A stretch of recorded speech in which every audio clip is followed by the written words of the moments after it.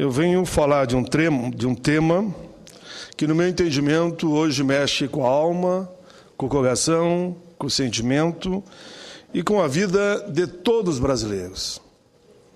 Venho falar das drogas. Infelizmente, quem não tem na família o primo, o filho, ou o neto, ou o sobrinho, ou um amigo de alguém que a droga chegou na família. E por isso eu digo que as drogas se constituem hoje um dos temas mais sensíveis e tem que estar na agenda do Congresso Nacional e como resposta a essa verdadeira epidemia ao povo brasileiro. Há grandes discussões a respeito de pontos como prevenção, repressão e tratamento, bem como a respeito da produção das drogas, e eu trato do tema aqui e como é que eu vejo a solução. Distribuição e consumo. É preciso, pois, cuidado ao se lidar com esta questão. É necessário deixar dogmas de lado e se concentrar em um ponto fundamental. Milhões de brasileiros sofrem o efeito das drogas, tanto as lícitas como as ilícitas. E as drogas destroem famílias. Os políticos, nós políticos, devem pensar em soluções que tenham como objetivo fundamental salvar vidas, senhor presidente, salvar vidas, independentemente de posicionamentos ideológicos ou pessoais, mas, sobretudo, deve-se ter em mente que não há soluções simples, principalmente para essa questão, quando olhamos um grande problema. A terminologia a respeito do tema é complexa e há grandes discussões conceituais a respeito dessa questão. Nesse pronunciamento, estou utilizando a palavra drogas no sentido mais restrito do termo, ou seja, referindo-me àquelas substâncias psicotrópicas e proibidas. Em alguns momentos, porém, poderei fazer referência a algum tipo de substância legal, socialmente aceita, mas da maior gravidade, como, por exemplo, do álcool e da nicotina. Em primeiro lugar, senhor presidente, o debate exige que se observe que a utilização das drogas ou de substâncias chamadas psicotrópicas variou enormemente ao longo dos anos, ao longo da história. Em muitas sociedades do passado, ou não ocidentais, a utilização de certas substâncias que produzem ou produziam alucinações ou alterações na consciência era permitida, na medida em que faziam parte, por exemplo, de determinados rituais religiosos. Senhor presidente, é o que ocorre ainda hoje em várias tribos indígenas. É preciso ainda observar que existe dois pontos de inflexão no que diz respeito à relação homem com droga. O primeiro é a própria modernidade, ou seja, o processo pelo qual as sociedades modernas romperam as antigas tradições e com costumes do passado. Não por acaso, o consumo de droga disparou a partir da década de 60 do século passado, passando o questionamento dos valores tradicionais e assim se acentuou. O segundo ponto da inflexão também tem a ver com as mudanças trazidas, senhor presidente, senador Rubens Bueno, pela evolução das ciências exatas e naturais. Senador Rubem Figueiró, é exatamente no começo do século XIX, que a química se desenvolveu plenamente e foi possível a sintetização de substâncias químicas em laboratórios. Algumas dessas, senador Rubem Figueiró, Algumas dessas substâncias que viriam a ser utilizadas como droga são a cocaína, extraído da folha da coca, ou a morfina, extraída do ópio, resina do botão da flor de papoula. Além disso, essa revolução na química permitiu, a partir do século XX, a criação das chamadas substâncias artificiais, que são até mais graves. Pois o caso, por exemplo, das anfetaminas, as metanfetaminas, substâncias que não existem na natureza, mas que produzem efeitos análogos ou da adrenalina, como existe hoje no corpo dos próprios animais. De tal modo, o século XX vê o aumento do uso de substâncias chamadas psicotrópicas. A resposta a isso foi proibir todo o consumo.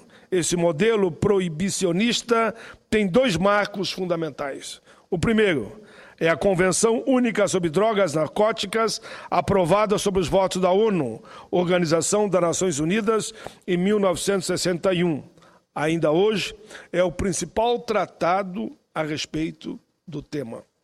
Orienta-se no sentido de reprimir a oferta e o consumo, vedando, por exemplo, qualquer tipo de cultivo não autorizado de plantas com princípios psicotrópicos, além de estimular pena de prisão para usuários. Por outro lado, pouca atenção foi dada para os aspectos relacionados ao tratamento e à prevenção. O segundo marco fundamental da estratégia proibicionista veio 10 anos depois, em 1971, quando o então presidente norte-americano Richard Nixon deu início à chamada Guerra às Drogas. Na ocasião, Nixon afirmou: o problema número 1 dos Estados Unidos são as drogas, é o abuso de drogas. Investiu pesadamente na repressão, ao criar um departamento dentro do governo americano especializado somente no combate às drogas. Ao considerar que se tratava de um problema de segurança nacional, os Estados Unidos passaram a agir evasivamente em países que eram vistos como potenciais ameaças, porque produziam e para lá mandavam. Passou, então, a dar dinheiro para que o México, por exemplo, passou a dar dinheiro para que o México queimasse plantações de maconhas ou para que a Turquia erradicasse o cultivo da papoula. Desde Nixon, portanto, a estratégia do governo norte-americano em relação às drogas acentuou-se em termos de repressão policial à produção e à venda e ao consumo. É preciso, nesse momento, lembrar se a estratégia puramente de proibir é mais adequada, se foi bem sucedida. Muitos sugerem que não é só isso. Segundo o jornalista Tarso de Araújo, de maneira geral, a população mundial não parece, infelizmente, disposta a abandonar o uso das drogas. E isso é grave. Nos últimos 50 anos, a maconha tornou-se popular no mundo inteiro, e consolidou-se como a droga proibida mais usada no planeta. Por outro lado, ele observa que se buscam alternativas e a estratégia proibicionista, inclusive no âmbito das discussões da arena, do próprio campo internacional, preocupados com esse tema. Segundo ele, a ONU, nos últimos anos, passou a incentivar políticas de redução de danos e a ênfase no combate ao tráfico, em vez da repressão somente aos usuários. Essas mudanças refletem um novo alinhamento, mais próximo das políticas de drogas usadas na Europa e mais distante da americana, que sempre deu a linha, sempre dominou o debate sobre a questão. O formulador de políticas públicas deve, portanto, ter os olhos bem abertos para as novas estratégias.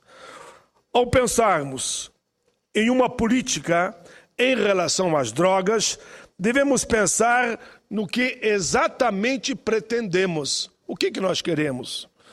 Os pesquisadores americanos, senhor presidente, e aqui eu me socorro a eles, Mark Kleiman e Jonathan Calkins e Angela Hawken, na obra Drogas e Política de Drogas, sugerem que uma política em relação às drogas buscam 5 objetivos ao mesmo tempo. Número 1, o primeiro é reduzir o número de pessoas que usam a droga. 2, o segundo é reduzir o número de usuários que se tornam viciados. 3, o terceiro é reduzir o tempo em que essas pessoas permanecem na condição de viciados. 4, o quarto é reduzir o dano para os usuários e para as outras pessoas, seja em razão do consumo eventual, seja em razão do consumo permanente e abusivo. O quinto, senhor presidente, por fim, é reduzir tanto os danos criados pelos traficantes quanto os custos policiais envolvidos no combate ao tráfico de drogas. Compreender que existem vários objetivos distintos em uma política de drogas é importante porque o tema se tornou algo tão grande que não é mais possível afirmar que se trata apenas de um caso de polícia, ou seja, apenas uma questão policial. Há certamente o aspecto criminal, sim, é fato, é real. No entanto, há também aqueles relacionados com a saúde, com a prevenção e com a política, ou seja, qual é o nosso papel nessa guerra sem fronteira, nessa guerra que um dia, oxalá, a gente possa vencer. Há muitas possibilidades, portanto, porém, a perspectiva da saúde pública deve ocupar um papel central em qualquer iniciativa relacionada às drogas. É o que sugere, por exemplo, a ABRAND, Associação Brasileira Multidisciplinar de Estudo sobre Drogas. Em manifesto que me foi enviado, a entidade ressalta que o abuso e a dependência de drogas resultam em sofrimento e custos de enorme proporção que causam impacto na saúde física, mental e ocupacional da população em escala mundial, que assusta a todos. Esse impacto pode ser visto pelas estatísticas da Organização Mundial de Saúde, que estima que as drogas provocam mais de 7 milhões de mortes por ano. Repito, as drogas provocam mais de 7 milhões de mortes por ano, sendo que 5 milhões são causadas por quem? Pelo álcool, uma droga lícita. Outros 2 milhões pelo tabaco e mais 165 mil pelas drogas ilícitas. Além disso, é preciso observar que existe a crescente percepção de que a guerra contra as drogas, e me refiro a todas as drogas, lícitas e ilícitas, nos moldes concebidos pelos Estados Unidos durante o governo Nixon, é uma abordagem ineficaz para o problema, porque não lida adequadamente com os aspectos relacionados à prevenção ou ao tratamento de droga-adictos. Por isso, vejamos, ao priorizar o viés policial, a guerra contra as drogas não resultou em redução significativa de consumidores, além de produzir um efeito colateral no mercado ilegal de fornecimento. Senhor presidente, o fornecimento de substâncias ilícitas, acompanhados pela violência e crime, sem falar no encarceramento em massa resultante desse combate ao tráfico de drogas, não resolveu a questão. É importante ainda frisar que a ilegalidade acabou por tornar o comércio de drogas como a cocaína, maconha, crack e outras substâncias em um dos mais rentáveis ramos econômicos do mundo. Eles ganham muito. Eles ganharam o mundo, ganham muito com a morte da nossa juventude. O que certamente é motivo suficiente para atrair todo criminoso ambicioso para esta atividade. No entanto, se estamos em um momento de questionamento, ainda não sabemos como serão os nossos procedimentos em relação ao futuro.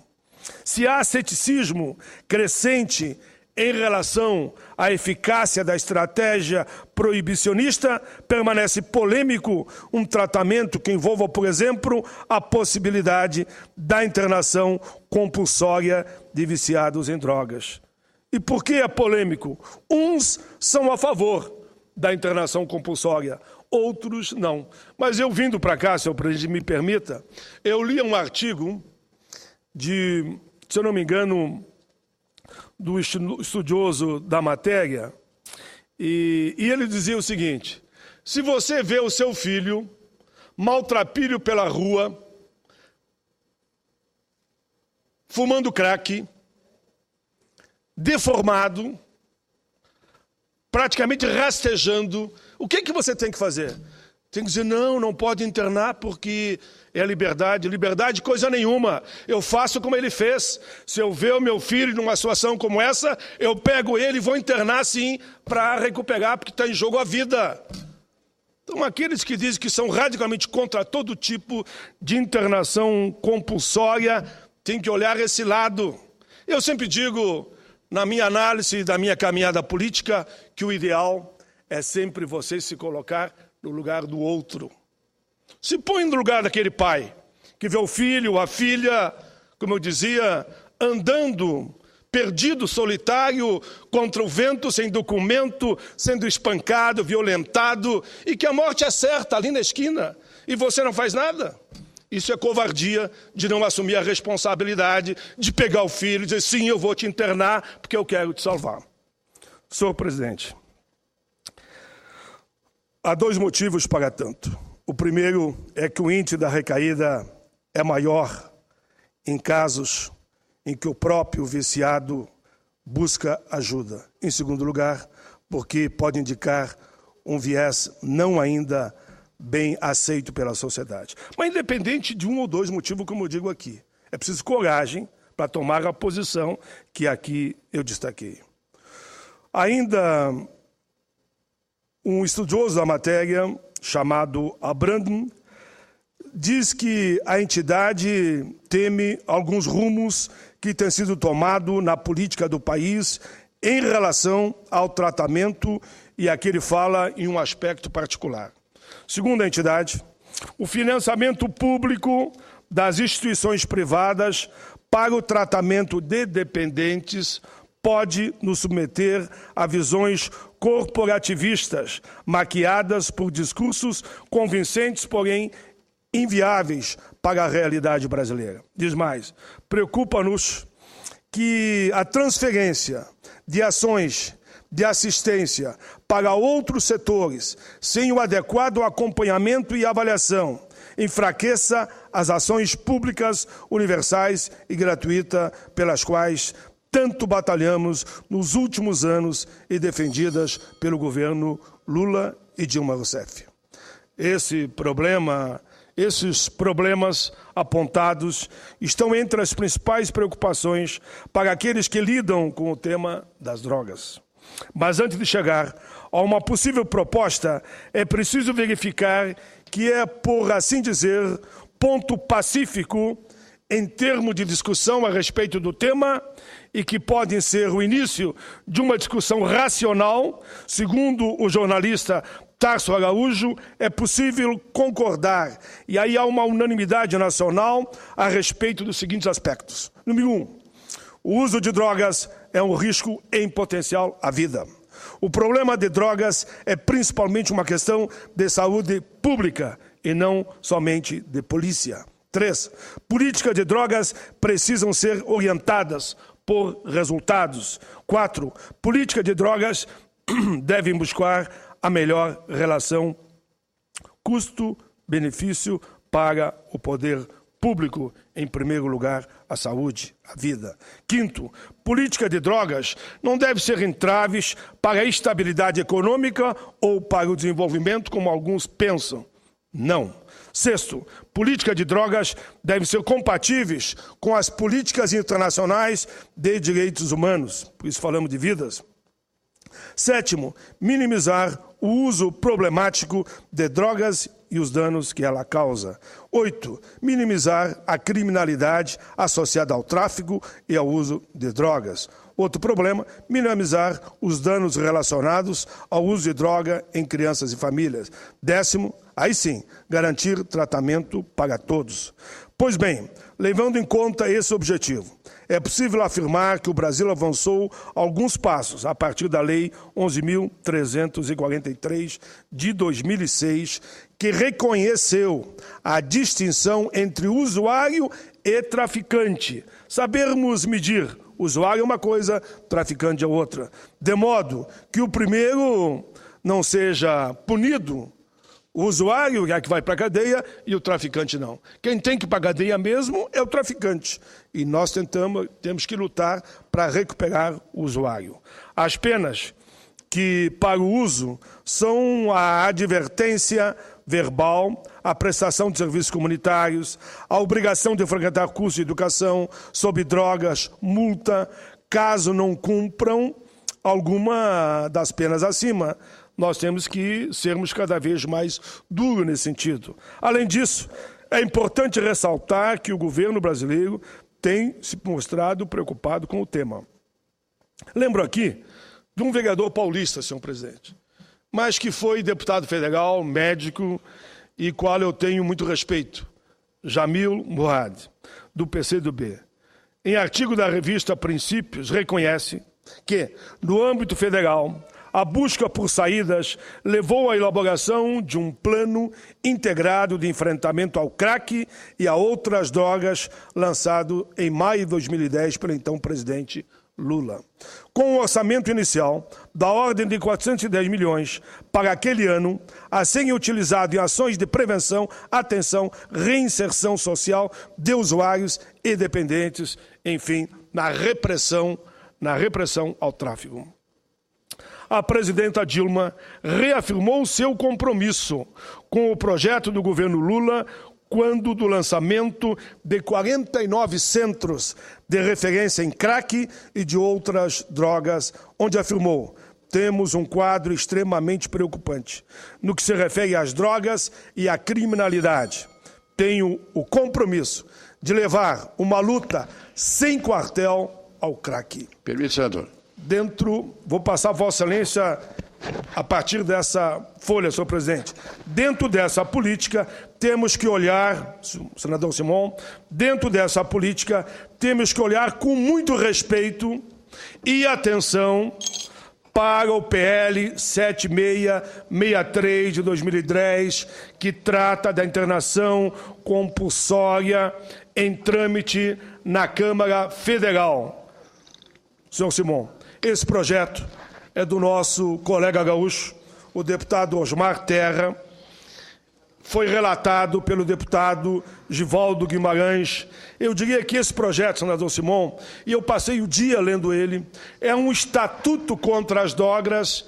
Quer dizer que eles tiveram coragem de trazer esse tema ao debate. E aqui no Senado nós temos que aprofundar e avançar na linha do PL 7663 de 2010. Uma parte a Vossa Excelência, com enorme satisfação. Vossa Excelência, senador Paim, realmente é um senador fora de série.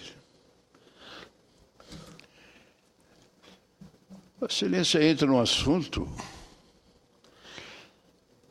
e duvido que tenha algum profissional que passa a vida inteira só com esse assunto que possa fazer um discurso que se compare ao seu. eu tenho uma inveja cristã de Vossa Excelência, porque não é pecaminosa, mas a capacidade que Vossa Excelência tem de abrangência dos assuntos mais complicados e mais divergentes de um canto para o outro é realmente extraordinário. Agora há pouco Vossa Excelência partilhava o presidente do Senado, debatendo uma questão que é da maior importância, copiar algo dos Estados Unidos, que é, na hora da gente for comprar um objeto X, saber que é 130 que tu paga, 100 é para a firma e 30 de imposto. Vossa Excelência falou com categoria, porque Vossa Excelência já conhece a matéria. Agora, eu me emocionei com o discurso de Vossa Excelência, porque Vossa Excelência fala como quem está dentro, quem vive e quem conhece. Vossa Excelência não falou como um parlamentar que está discutindo uma matéria. É importante, etc. e tal, eu estou discutindo. Não, Vossa Excelência falou com um parlamentar que vive o problema, que nas suas idas, nas suas andanças pelo Brasil inteiro, vive a cada hora, a cada momento, essa questão. E que não pode fechar os olhos. E não pode dizer... E que é o meu caso. Isso não é questão nossa, isso é questão do fulano. Por isso eu acho que o Osmar Terra, ele me emociona com esse projeto dele, com a luta que ele está fazendo. Interessante porque o Osmar Terra foi numa época, ele trabalhou no governo do Fernando Henrique e teve um belíssimo trabalho no governo do Fernando Henrique sobre toda essa matéria. E agora o Fernando Henrique está numa posição contrária. Existe no mundo pessoas que realmente acham que o problema é a liberação, que a punição ela é altamente negativa. Mas o Terra, que além disso foi 8 anos secretário da Saúde no Rio Grande do Sul, com uma atuação excepcional, e tratou com essa matéria de maneira altamente positiva, e que veio aqui e topou a parada. E conseguiu aprovar lá na Câmara e vem para o Senado um projeto que a gente sabe a polêmica.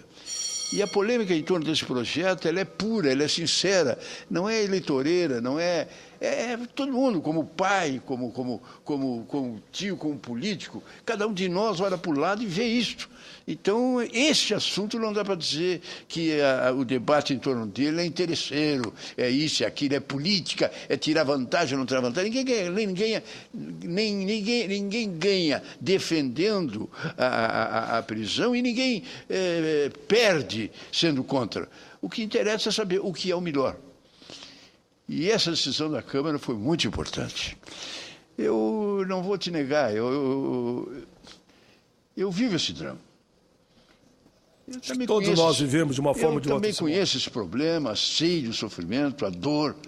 Ele abate o pai, abate a família. Ele é, meu Deus. E quando eu vejo agora, porque agora chegou a vez que nós não podemos, é crime ficar de fora. Porque o que está acontecendo agora com essa última droga que apareceu, onde o negócio é questão de 3 dias e outra coisa, agora não é a burguesia, não é a classe média, não é o homem da grande cidade, é lá no interior do nosso Rio Grande, cidadezinha pequenininha de 7, 8 mil habitantes, está cheio do crack, porque o cara pega o crack, é barato, é 3 pedras e o cara está viciado. É um negócio que está imprevisível. Eles falam que é 10% da população que já tá com esse problema. Então, eu acho que foi muito importante esse projeto do Terra. Eu felicito o Terra. Ele é uma pessoa bacana, ele é dedicado, ele se casou, está bem, mas o que eu quero dizer é que ele tem os filhos dele, eu também tenho. Eu tive um filho com 65 anos.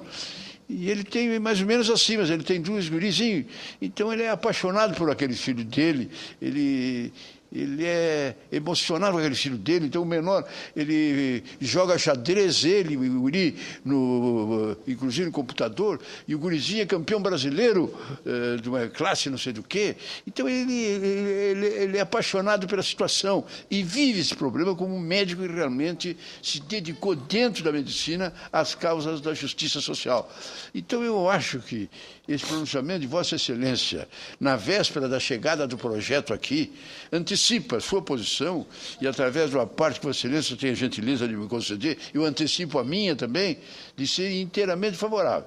Acho que nós devemos olhar esse projeto, debater, fazer a expectativa de Vossa Excelência, não só apenas aprovar, mas vamos fazer um debate em torno dele para nós conhecer, mesmo, não fazer...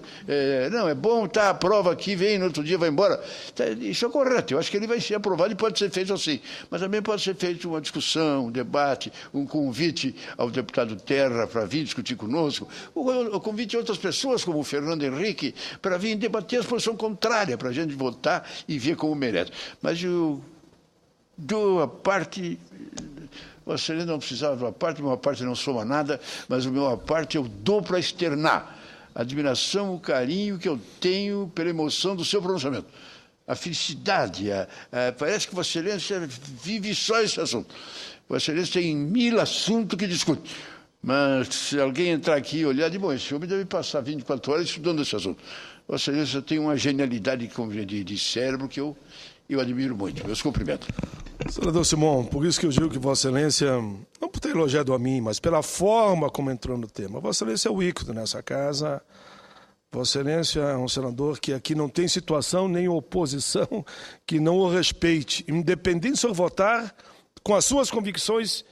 E a cada momento que eu aqui acompanhei, nesse período que eu tive e tenho a alegria de sentar aí ao seu lado e aprender muito com Vossa Excelência. Então, por isso que o seu aparte, com certeza, vai ficar no meu pronunciamento como alguém que sabe da dificuldade de brasileiros e brasileiras que enfrentam e vivem no dia a dia essa situação das drogas. E são milhões e milhões de brasileiros. Por isso tudo, eu continuando aqui, senador Simão, e vai na mesma linha da fala de Vossa Excelência, podíamos lembrar já que hoje está previsto 3 tipos de internação: voluntária, involuntária e compulsória. Penso que precisamos fazer uma reflexão aprofundada a partir desse projeto, porque há, como disse Vossa Excelência, de se considerar, por exemplo, há casos que nem se discute, estão em risco a vida, o assalto à própria família, infelizmente, do viciado. E tem gente que diz que nem o crack, que é isso? Que é isso? Vamos fazer um bom debate, como diz Vossa Excelência, mas eu não tenho dúvida nenhuma, no caso do crack, a internação tem que ser compulsória e urgente. E aí vamos aprofundar o debate a partir dessa oportunidade que nos chega aqui. O vereador Jamila Murad fala ainda: não dispomos de fórmulas prontas, nem há soluções definitivas. Diz mais: além disso, a questão muitas vezes fica permeada com forte recorte de classe e sem uma visão adequada, focada no problema. Dentro do atual cenário, há 2 estratégias que podem ser seguidas. A primeira é o investimento em prevenção. Senador Cristóvão, prevenção por meio da educação, que é a grande saída das drogas. Eu sei que Vossa Excelência vai me fazer uma parte, e Vossa Excelência tem convicção sobre o tema, e já conversamos sobre isso. Repito, por meio da educação e da conscientização dos riscos. Nessa estratégia é fundamental o envolvimento da família e da escola, justamente para desestimular que crianças e jovens se envolvam com drogas. Senador Cristóvão, faço questão do aparte de Vossa Excelência. Sei que Vossa Excelência tem uma situação semelhante à minha e do senador Simão, mas nem que não tivesse. Vossa Excelência sabe que eu respeitaria, porque tenho um respeito enorme pelo seu ponto de vista sobre todos os temas. Primeiro, eu quero dizer que fiquei um pouco fora aqui do plenário, eu assisti seu discurso pela rádio e já tínhamos conversado sobre isso. O senhor é um dos primeiros que aqui levantou o problema da droga. Lembro muito bem, já faz anos que o senhor trata isso como uma epidemia que tomou conta do Brasil. Além disso, o senhor, diferentemente de outros que já levantam o problema a tempo, o senhor não tomou o problema como uma coisa de polícia. Tomou pelo lado humano. Como é que a gente faz para que essas pessoas não caiam na tragédia da droga, que desarticula a pessoa e suas famílias? E eu creio que agora nós temos um problema mais agravante, que é especificamente o crack, que é diferente das outras drogas que são ruins, mas essa é devastadora. Por isso eu sou favorável, sim, à internação compulsória, como dizem, ou eu diria a salvação compulsória, porque o crack é como um suicídio. E quando a gente vê alguém se suicidando, não só tem o direito, tem a obrigação de fazer tudo que for preciso para que o ato não aconteça. Quando uma pessoa está no 5º, 6º, 7º andar, ameaçando pular, os bombeiros vão lá e agarram, e puxam, e tiram a pessoa de lá. Não ficam tentando convencer, não. Uma pessoa na rua, usando crack, é a mesma coisa de uma pessoa no 7º andar querendo pular. A diferença é que cai aos poucos, cai aos pouquinhos, mas cai, está caindo. Então, nós temos que tomar uma medida mais drástica em defesa dessas pessoas e suas famílias. Eu não vejo outra alternativa. Obviamente, concordo com o senhor que desde que essa internação seja feita não sob a forma policial, mas sob a forma médica, de saúde. Bem, é isso eu mesmo. diria até sob a forma humanista. E é assim que eu creio que se está pretendendo. É assim que se está pretendendo. O que nós devemos é apoiar e fiscalizar se vai ser um tratamento ou se vai ser um aprisionamento. Não é a mesma coisa, aprisionamento e tratamento. Mas muitas vezes o tratamento exige que a pessoa fique. Outra coisa, o hospital, o médico, a pessoa só sai quando tem alta. Você pode dizer, mas ele pode sair se quiser, mesmo antes da alta. Mas é uma irresponsabilidade, é um suicídio. Eu creio que a sociedade, nós temos a obrigação de cuidar dessas pessoas por todos os meios, com muito humanismo, mas sem fechar os olhos para que aquela pessoa está vivendo sob o falso argumento de que essas pessoas têm livre-arbítrio. Não tem livre-arbítrio. Eu acho que as outras drogas até que têm. Você sair ou não do alcoolismo é uma opção pessoal.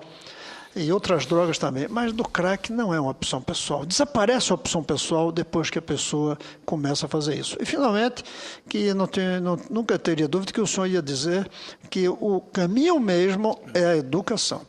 As crianças que ficam 6, 7 horas na escola durante toda a educação de base têm muito menos risco de cair nessa dependência, seja porque a escola lhe dá uma formação, seja porque a escola lhe dá alternativas de empregabilidade para que não precise cair nesse tipo de problema, a não ser por razões existenciais muito fortes. Então, eu, como o senador Pedro Simão, estou totalmente de acordo com o senhor e espero que deixemos de omissão e passemos à ação no que se refere à droga. Tudo bem, senador Cristóvão, excelência, como o senador Simão, mostra coragem de assumir posições. Porque hoje em dia eu noto que muita gente no mundo político não quer assumir posições para ficar bem, desculpa a expressão, com Deus e com o diabo. Eu acho que nós queremos ficar bem com Deus, e ficar bem com Deus é olhar com carinho na prevenção, Vossa Excelência lembrou muito bem, na educação e mesmo na internação compulsória, naqueles casos passando, claro, por uma orientação médica. Mas, senhor Cristóvão, senador Simão, nessa mesma linha, como Vossa Excelência lembrou, há muitos anos estamos preocupados com esse tema, até porque há muitos anos vivemos com esse problema no nosso andar pelo Rio Grande e pelo Brasil. Ainda em 2008 eu apresentei um projeto para que durante uma semana, e nós poderíamos dizer, tomara que todos os dias, né? Durante no mínimo uma semana, em cada escola desse país, se faça um debate forte, contundente, sobre a política nacional de combate às drogas e entorpecentes. Apresentei essa proposta para que o tema seja pontuado num amplo debate com toda a sociedade. A segunda estratégia que eu poderia levantar é relativa ao tratamento de dependentes químicos, cujos principais elementos são os centros de atenção. Podíamos aqui lembrar a atenção psicossocial, álcool e drogas do Sistema Único de Saúde. Os estudos a respeito desses centros mostram 3 conclusões. A. O número insuficiente de serviços frente à demanda. B.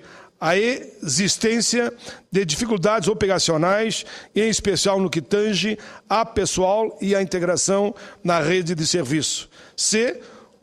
Os ótimos resultados obtidos com o tratamento de usuário de drogas e dependentes químicos, apesar das dificuldades aqui por mim levantadas. Então, se investíssemos mais no número de pessoas à frente desse trabalho educativo de recuperação, com certeza, e mais estrutura, o resultado seria outro. Enfim, de tal modo, dentro do cenário atual, as 2 estratégias que produzem mais resultados em termos de combate às drogas são essas no nosso entendimento. O primeiro é a prevenção, que implica, com dito, o envolvimento de famílias, escola, Estado. Isso funciona. Basta observar o que vem acontecendo já nas políticas de combate a uma droga, para mim, gravíssima, que é o álcool. Hoje, por exemplo, há um crescente estigma em relação a conduzir um veículo sob efeito da bebida alcoólica. Por isso, lei correta aprovada por essa casa, tolerância zero. Tolerância zero, que tem tornado um comportamento negativo, mal visto socialmente, para que os nossos jovens, quando vão a uma boate, a um bar, não bebam e depois dirijam. Segundo lugar, a solução caminha pelo tratamento de viciados, por meio de oferta no maior número de vagas no SUS. Senhor presidente, claro que há sérias dúvidas da eficácia do governo federal financiar atividades privadas para que elas cuidem dos drogados. Nesse sentido, é muito positivo que diversas entidades especialistas sejam ouvidos. A comunidade científica, afinal de contas, é a que é mais capaz de oferecer meios de tratamento eficaz no combate ao vício das drogas. De tal modo, creio que não é justo o pedido das entidades. Senhor presidente, creio que é justo o pedido de entidades como a Bramad e os centros regionais de referência para uma conversa mais ampla com o ministro da Justiça, José Eduardo Cardoso, pessoa sabidamente comprometida com respeito à dignidade humana e aos direitos humanos. Terminando, senhor presidente, nesses 3 minutos, a ciência é elemento fundamental no combate às drogas. As universidades públicas brasileiras e seus pesquisadores são atores fundamentais para que possamos efetivamente salvar a vida de milhões de brasileiros que se envolveram nesse mundo triste das drogas que vai cerceando vidas da nossa juventude. Termino. De qualquer modo, é fundamental direcionar recursos para a instalação de mais centros de atenção psicossocial, álcool e drogas, especialmente em cidades médias e pequenas. Como disse aqui o senador Simão, avança pelas pequenas e médias cidades. Por fim, senhor presidente, mas por fim mesmo, creio que também é fundamental aprovarmos aqui, não sei por que tanta resistência, a PEC de combate ao trabalho escravo. E por que eu vinculo PEC de combate ao trabalho escravo com o debate que estou levantando aqui sobre as drogas? Primeiro, pois nela perde a propriedade quem nela tiver comprovadamente trabalhadores sob o regime de escravidão. Segundo, também perde a propriedade se ficar comprovado que ali se planta drogas ilícitas. Senhor presidente, cabe ao Congresso aprofundar esse debate cada vez mais, porque é um tema, como eu digo, que envolve a vida da nossa gente e da nossa juventude, principalmente. Termino dizendo, o projeto do deputado Osmar Terra, 7663 de 2010, relatado pelo deputado Genivaldo Carimbão, já aprovado na Câmara, vem para essa casa. Repito, li com todo cuidado o projeto durante o dia de ontem. O projeto é um estatuto de combate às drogas. Quero cumprimentar a ambos porque foram criticados, porque tiveram coragem de enfrentar o tema e trazer para o debate. Tiveram coragem, senador Simon, como disse muito bem Vossa Excelência, de lá na Câmara ser até criticado, mas a enfrentar o debate, aprovar um projeto e ele vem aqui para o Senado. E aqui o debate continua. Mas se alguém pensa que aqui vamos rejeitar um projeto que é um estatuto de combate às drogas, se engana. Aqui podemos aprofundar o debate, podemos aprimorar o texto, mas que ele será aprovado, há de ser aprovado. Senhor presidente, para tanto, precisamos cada vez mais ouvir a todos, os estudantes, os pais, os alunos, a comunidade científica brasileira, a fim de verificar quais são as experiências mais recomendadas, algumas aqui eu citei, inclusive a nível internacional. Aproveitá-las no que for possível dentro da realidade brasileira. Era isso, senador Rubens Figueiró. Eu sei que ultrapassei o tempo, mas é um tema que eu tenho certeza que se Vossa Excelência estivesse no plenário, Vossa Excelência também faria uma parte se somando a essa luta que é de todos nós. Eu vejo agora as galerias aqui lotadas.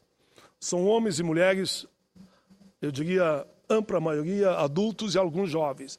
Mas todos, eu tenho certeza, concordam que o Brasil não pode se fazer, alguém levanta o braço lá, positivo, nós que estamos na vida pública, não podemos olhar como se isso não estivesse acontecendo.